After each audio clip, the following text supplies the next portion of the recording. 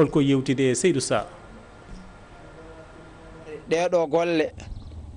ko fedde ittihadu tullabi Fouta, fedde almuɓe rendinɓe dendagal almuɓe Fouta ko nde fuɗɗinde nde suwa darade hande o fodde gure 24 ene e nder fedde he fedde nde ane jooɗo hitande fof jolle 2 nayi korka nde juula ñande 14 e 14 taske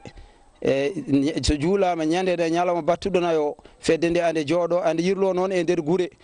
oɗo ñalawma hande mo jogoɗon yebde ko ñalawma dulmaji demɓe ko ɗon fedde nde jooɗi e tawtorede dendagal julɓe fodde ɗeɗo gure limtade fof yimɓe muɗum fedde hen wuuro hen fof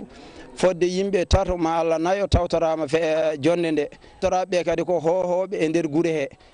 seeremɓe suɓaɓe fedde nde so nde ari nde jooɗima arwande golle mabɓe soɓe jettima wuuro ɓe calminat mawɗo wuuro ngo woni almami wuuro ngo e joom wuuro ngo fo ma on ji inchallahu taala caggal muɗum ɓe mbaɗa batu moɓe kerodiri e nder koye mabɓe jewtida gostodiral haqqillaji ƴewɗe ko nafoore diine e nafoore almudagal e dendagal ko woni ɓamtare ɓe jewtida hen ɓe tonga so yeehi ha woni waktu takkusana ɓe juulda e julɓe ɓe e juma fof moɓe toɗɗi soɓe julde e mabɓe ɓe mbaɗana ɓe yewtere fodde ko Allah wawniɓe ɗon ha caggal juulal gueeƴe soɓe juuli futuro e gueeƴe ɓe dartina golle ɗe ɓe mbaɗa wasifa